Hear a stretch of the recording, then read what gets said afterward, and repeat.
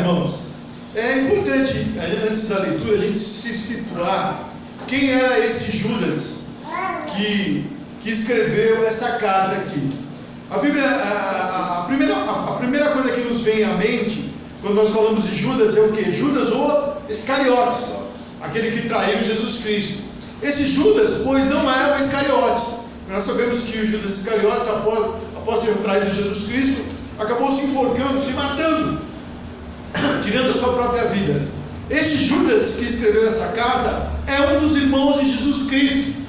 A Bíblia fala que esse Judas, ele não creu em Jesus como sendo Messias, só foi crer em Jesus depois da ressurreição do Filho de Deus. E esse aí é um dos meio-irmãos de Jesus Cristo. Por que meio-irmãos? Nós sabemos que Jesus foi concebido de Maria e o Espírito Santo, e esse aqui foi de Maria e José, mas é o irmão direto de Jesus Cristo. Amém? Ele escreveu essa carta, ele começa a escrever essa carta tentando falar um assunto, mas depois ele fala assim: olha, eu não vou falar sobre esse ponto, sobre salvação, sobre como que o Senhor salva as pessoas, mas eu vou entrar num ponto fundamental que tem assolado a igreja já naquele tempo. E você está com a sua Bíblia aberta? Vamos começar? Veja bem, ele começa assim. É engraçado que Judas, ele não começa se exaltando, ele começa o quê? Se humilhando na presença do Senhor. Ele diz assim: Judas 1, versículo 1: Judas, servo do Senhor Cristo, servo de Jesus Cristo, irmão de Tiago, aos chamados amados de meu Pai e guardados em Jesus Cristo, a misericórdia e paz e o amor vos sejam o que? Multiplicado. Ele começa assim: olha, eu Judas, como se fosse, olha, não sou eu o Judas, aqueles que vocês me conhecem, eu Judas, irmão de quem? Tiago, que era irmão de Cristo também. Ele diz aqui: a todos vocês, igreja, chamados e amados em Deus Pai, quer dizer, a toda a igreja. E aí nós podemos trazer isso para nós. Embora Tiago Judas tivesse escrito isso para um determinado grupo de pessoas, mas isso pode se estender a nós, igreja. Ele diz assim: de Tiago, os chamados, amados em Deus Pai, aqueles que o Senhor chamou segundo o propósito do seu coração. Ele diz assim: mas que são o que? Guardados em Jesus Cristo. Aí ele estende a oração dizendo: a misericórdia e paz e o amor sejam multiplicados a todos vocês. Ele se apresenta e ele encaminha esta carta para quem? Para os chamados de Deus, a igreja de Jesus Cristo, que os ama e que os guarda, sob o cuidado de Jesus Cristo, ou seja, para todos nós, para a igreja em geral. A oração que ele faz pelos seus ouvintes é a seguinte: a misericórdia, a paz e o amor sejam com todos vocês, o Senhor Jesus Cristo. Olha, podemos dividir, após o verso 2, a carta de Judas em algumas partes, para que a gente fique mais, entenda bem o que Judas estava querendo dizer. O que ele irá fazer nesta carta é fundamentalmente advertir sobre os falsos mestres. O que ele quer fazer aqui? Ele quer advertir a igreja de Jesus Cristo quanto àqueles que se dizem ser crentes, mestres em Jesus Cristo, mestres da palavra, mas na verdade no fundo são o quê? Lobos devoradores, homens que não têm escrúpulo algum, que vêm para tentar roubar a igreja, vêm tentar desviar a conduta das pessoas daquilo que o Senhor chamou. E ele escreve advertindo a igreja: olha, no meio de vocês existem pessoas assim, tomem cuidado. Ela tem 3 grandes divisões. Vamos dividir em 3 partes esse texto. A primeira delas vai do verso 3 ao 19, onde ele fala a respeito desses falsos mestres. ele decorre explicando quem são esses falsos mestres e como eles agem no meio da igreja. E depois ele trata com um pouquinho mais de pesado contra esse tipo de pessoas. Pode dizer, não vamos criar, levantar um falso testemunho, mas Judas, ele meio que xinga, ele dá nome aos bois a esse tipo de pessoas. As pessoas que não têm, perdão,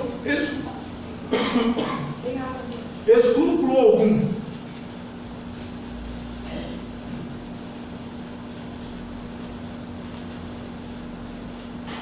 Perdão, irmãos. Ele trata essas pessoas como pessoas que não têm escrúpulo algum. E vocês vão entender como que hoje em dia também pessoas agem da mesma maneira, da mesma forma, sem escrúpulo algum. Vamos para o texto. Do verso 3 ao 19, ele fala a respeito desses falsos mestres.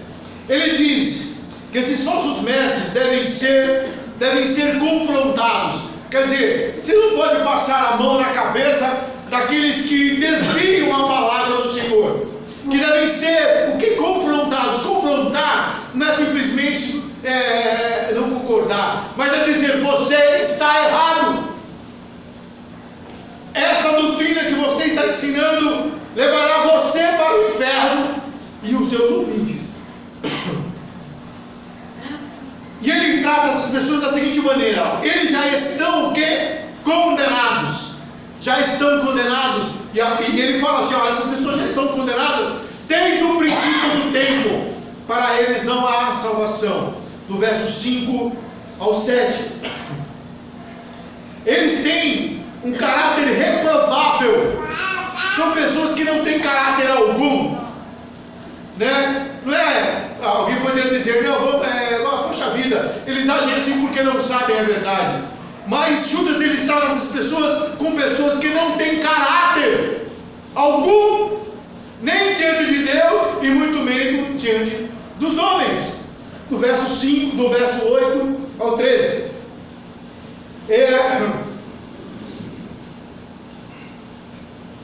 Eles já são condenados. Do verso 14 ao 19. Dos versos 20 ao 25, ele volta para a igreja.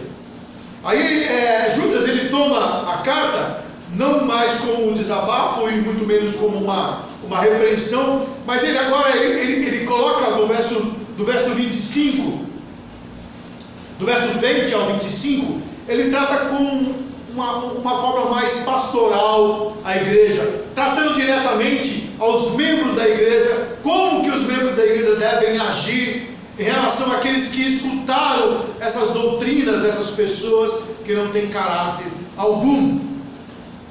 Que os irmãos têm que cuidar dessas pessoas que foram enganadas por esse, do verso 20 ao 21. Que tem que todos nós devemos nos compadecer desses irmãos que foram enganados. Não se compadecer daqueles que enganaram, mas sim daqueles que por fraqueza escutaram essas doutrinas de engano. E por mais, no verso 24 ao 25, que tem que confiar que Deus irá guardar a cada um de nós, que o Senhor nos guardará, nos livrará, ainda que esses lobos cheguem à igreja para tentar tragar e desviar os irmãos. Ele falou assim: olha, orem, vigiem, mas saiba que Deus é poderoso para nos guardar, para nos livrar dessas pessoas que sorrateiramente tentam se infiltrar no meio da igreja. Amém? Vamos aos pontos 3 e 4. Confrontar os falsos mestres. Ele diz assim: amados, quando empregava toda a diligência em escrever-vos acerca da nossa comum salvação, foi que me senti obrigado a corresponder-me convosco, exortando-vos a batalhares diligentemente pela fé que uma vez por todas foi entregue aos santos. É aquilo que eu falei para os irmãos. Ele queria escrever essa carta falando do quê? Sobre a salvação. Mas ele falou assim: olha, mas tem um ponto muito mais importante, urgente a dizer. Olha, vou dizer sobre aqueles que têm tentado enganar a igreja. E esse ponto é de fundamental importância para que eu escreva essa carta a vocês. Eu queria falar de outro assunto, mas esse assunto é mais urgente, né? Aí ele diz assim: diligentemente pela fé, que uma vez por todas foi nos entregue aos santos. Verso 4: pois certos indivíduos se introduziram com dissimulação, os quais desde muito foram antecipadamente pronunciados para esta condenação. Homens ímpios, que transformam em libertinagem a graça do nosso Deus e negam o nosso único soberano Senhor Jesus Cristo. Presta atenção: por certos indivíduos que se introduziram com dissimulação, os quais desse muito foram antecipadamente o que? Pronunciados. Ele diz assim: uma das características tão importantes dessas pessoas que tentam atrapalhar e nos desviar do caminho do Senhor. Eles são pessoas dissimuladas. Eles dizem que são uma coisa, mas na verdade no fundo são lobos devoradores. Ele diz assim: tem pessoas que vêm com uma conversinha docinha para você, e vocês vão ver mais para frente que ele fala assim: são pessoas que elas não te confrontam. Tem pessoas que elas não vão falar do teu pecado, mas simplesmente elas vão te aceitar do jeito que você é, e vão falar exatamente aquilo que você gosta de ouvir. São pessoas dissimuladas, que por trás daquela dissimulação tem intenções terríveis contra você e contra a igreja. Então uma das características deles são o quê? Pessoas dissimuladas. Segunda, que o Senhor já de antemão conhece esses falsos mestres, e de antemão o Senhor já o quê? Condenou esses homens. Esses não têm escapatória. Continua no verso 3 e diz assim, verso 4, perdão: pois certos indivíduos se introduziram com dissimulação, os quais desde muito foram antecipadamente pronunciados para esta condenação. Quer dizer, muito antes o Senhor já o que? Deu a condenação desses que se dissimulam no meio da igreja.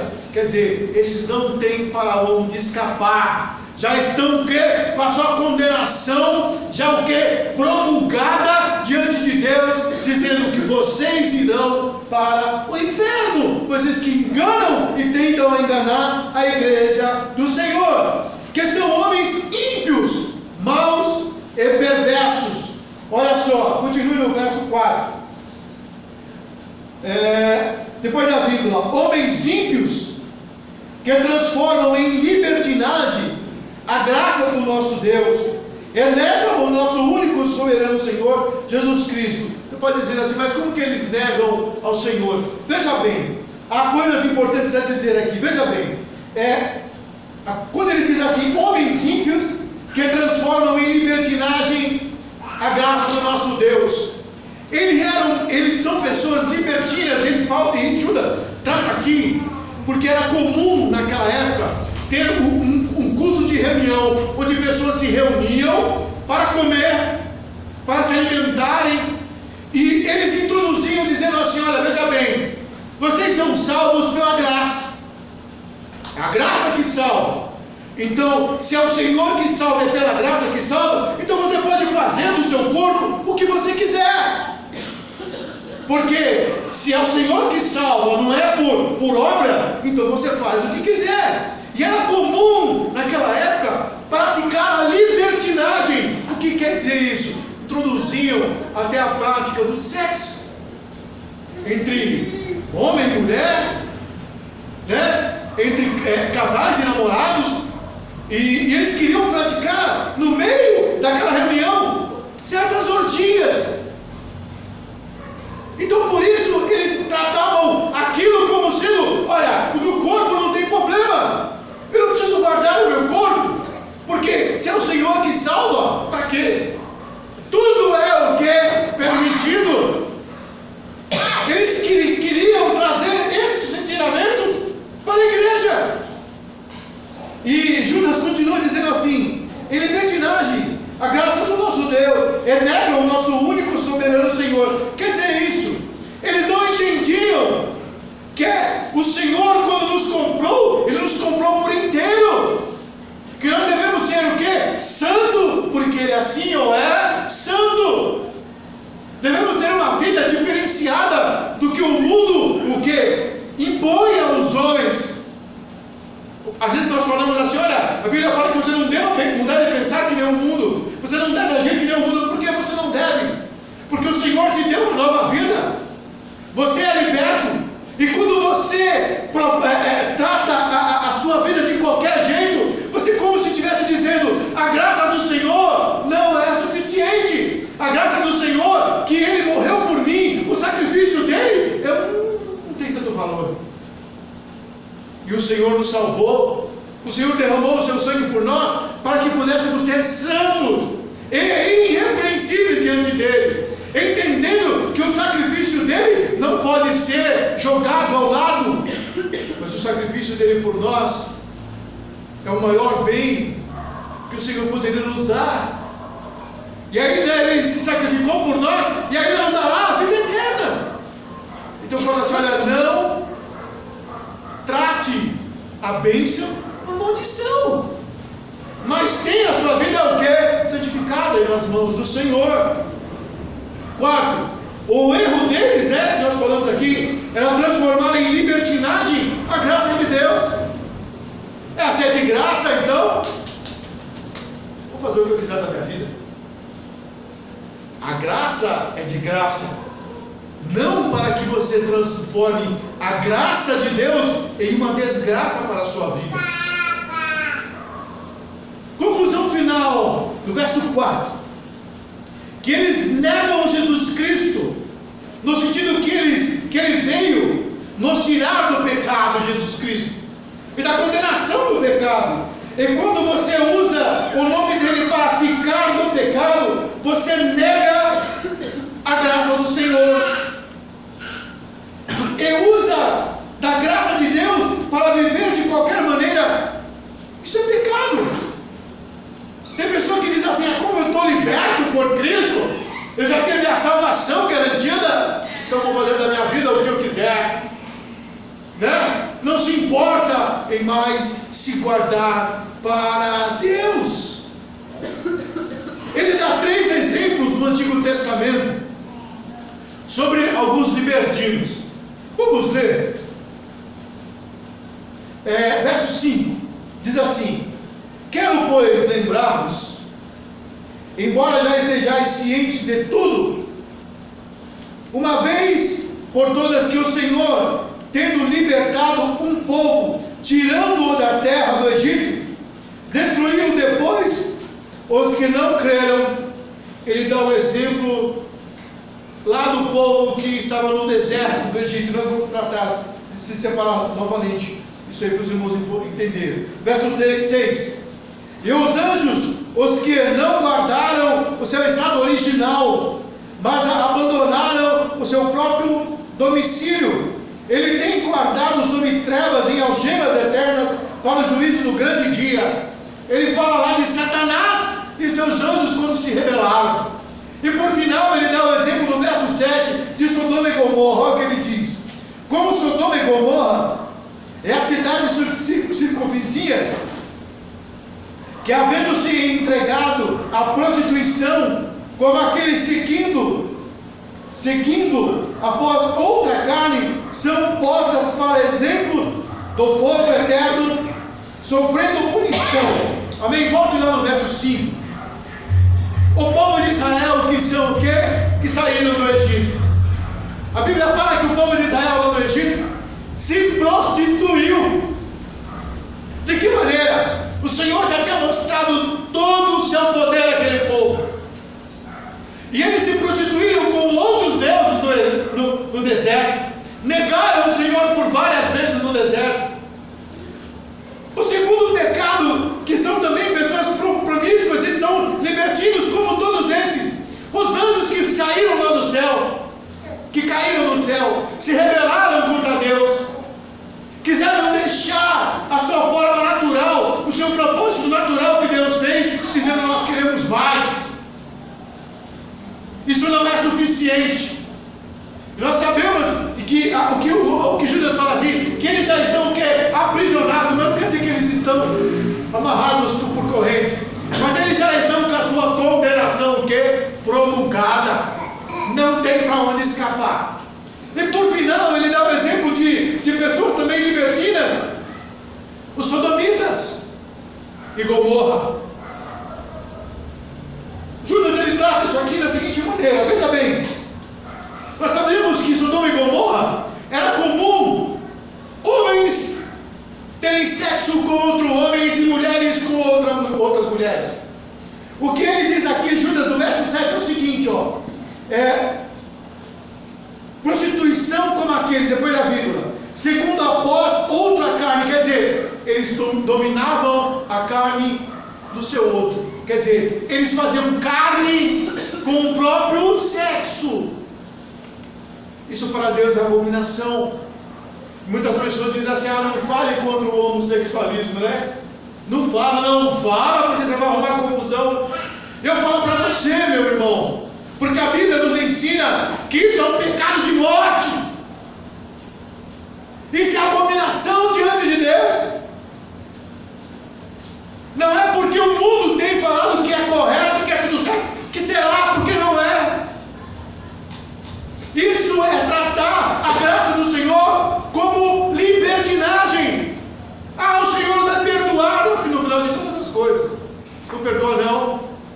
Há uma condenação. Há um perdão sim, para aqueles que são transformados e recebem Jesus Cristo como Filho de Deus e deixam o pecado de lado. Para esses há perdão. Mudança de vida. Metanoia da mente, mudança da mente pelo Espírito. Há sim salvação para esse. Mas se não há mudança de comportamento, irmão, é morte, é inferno. Vamos tratar agora do verso 8 ao verso 13. Judas, como nós falávamos no começo, usa de uma linguagem, irmão, meio que pesada, né? Sobre essas pessoas que tentam perverter a palavra de Cristo. E você vai entender porque ele usa essa palavra, algumas palavras pesadas. Porque Judas não estava feliz não, né? E também você não deve ficar feliz com aquelas pessoas que roubam, enganam as pessoas, enganam e mudam, tentam mudar o Evangelho, trazendo fundamentos que não há no Evangelho. Mas você deve ter ojeriza dessas pessoas. E você deve confrontar essas pessoas com a palavra de Deus. Isto é, ele não passava a mão na cabeça dessas pessoas, que é comum, né? É engraçado, né? Quando nós vemos algumas pessoas, às vezes, porque temos alguma certa amizade com algumas pessoas, ou certas afinidades que não deveriam ter afinidades, você fala assim: não vou brigar com ela, não vou falar nada, vou que entre aspas passar a mão sobre a cabeça daquela pessoa. E Judas ele fala assim: olha, não aceite, porque você é amigo ou foi amigo, mas pelo contrário, se você é amigo verdadeiro, confronte aquela pessoa na mentira que ela está vivendo. E você vai entender que Judas fala assim no finalzinho, que olha, tome cuidado para não estar muito perto dela, porque senão você vai acabar se tornando igual a elas. É comum, né? Pessoas que saem para aconselhar. Às vezes temos problemas de casais, e a pessoa é muito preparada para dar aconselhamento para casal, e ela vai aconselhar o casal, daqui a pouco o casal fica casado e ela acaba separando. Se você não é preparado, não brinque não vá lá não, mas então não chegue muito perto. Fale, mas fale de longe, né? Você lá e eu cá. Vamos lá. Verso 8. Como que Judas trata essas pessoas? Olha só. Ora, esses são da mesma sorte, quais sonhadores alucinados. Ele diz assim, ó, esses falsos profetas. E é engraçado que se você estudar um pouquinho da história da igreja geral, você vai ver que as grandes divisões aconteceram exatamente por sonhos. Joseph Smith, fundador do mormonismo, diz que teve um sonho, que um anjo apareceu para ele, e ele o que? Fundou o mormonismo. Que se você olhar e estudar um pouco sobre o islamismo, o profeta Maomé diz que teve um sonho, e ali ele formou o islamismo. O testemunho de Jeová, de igual modo, se levantaram porque houve um sonho, e aí fizeram uma religião. E é engraçado como isso é comum. E Judas diz assim, olha, essas pessoas que recebem essas informações por sonho, na verdade eles são alucinados, eles estão em alucinação, eles não enxergam a verdade, né?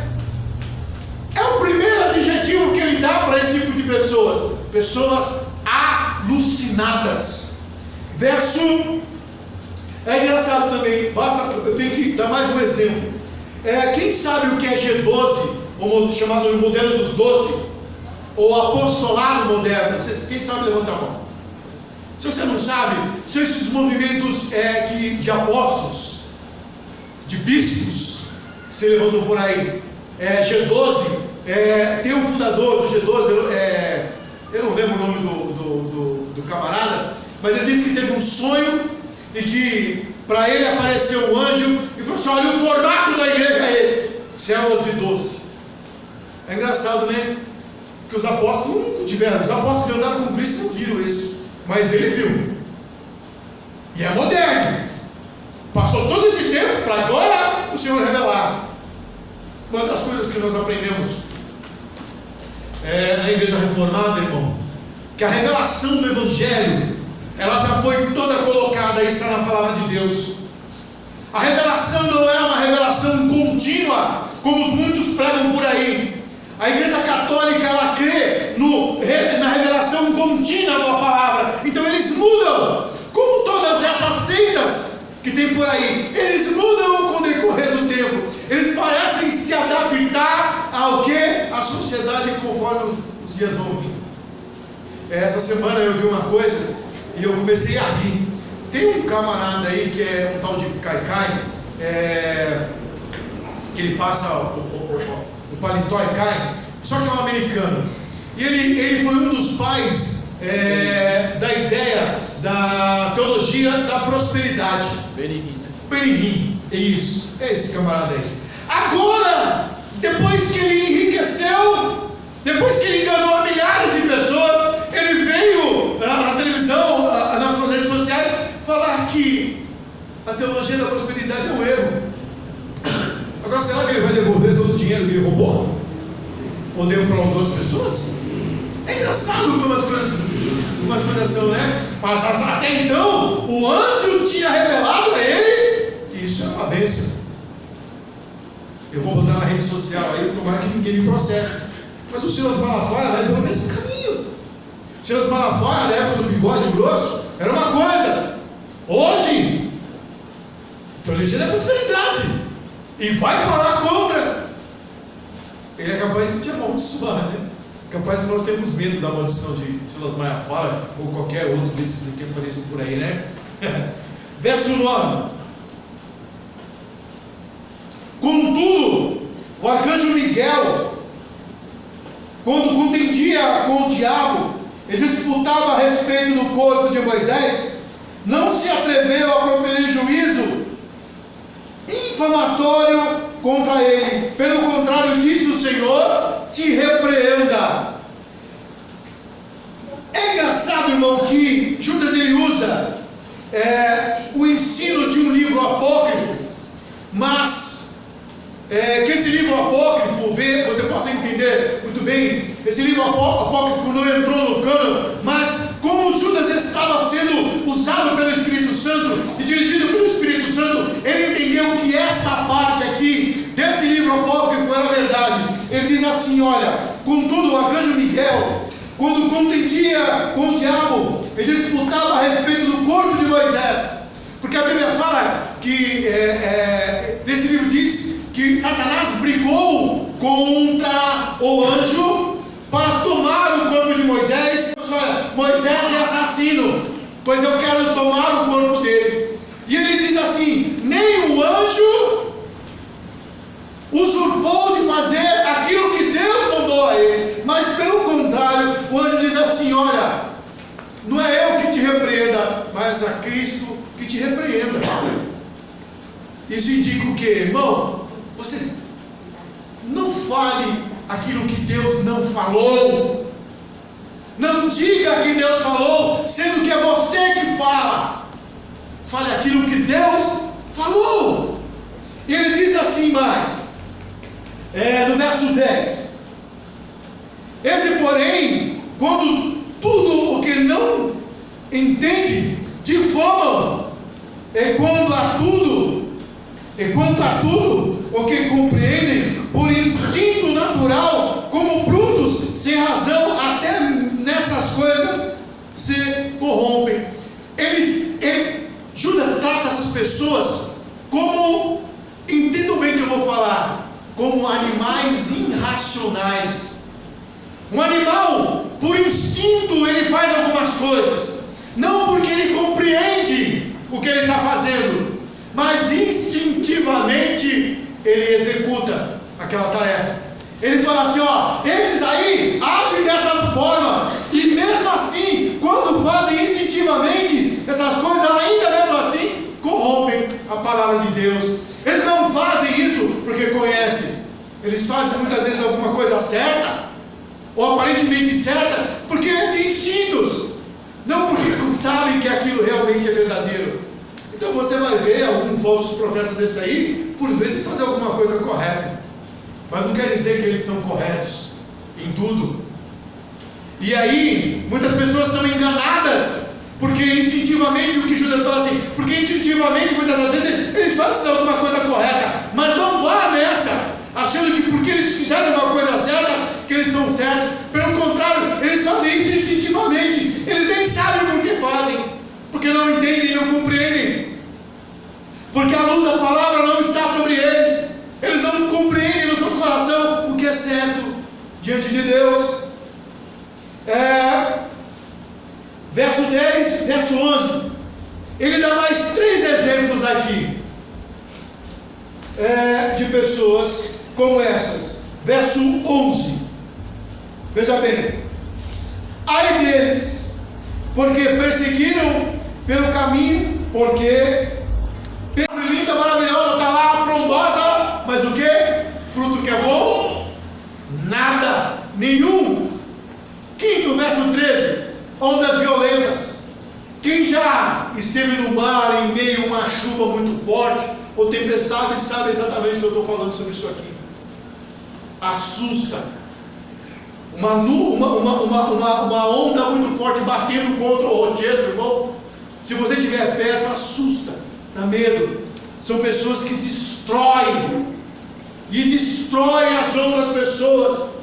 Estrelas, como nós falamos, que por um tempo dá uma bela luz, mas depois logo o que? Se apaga.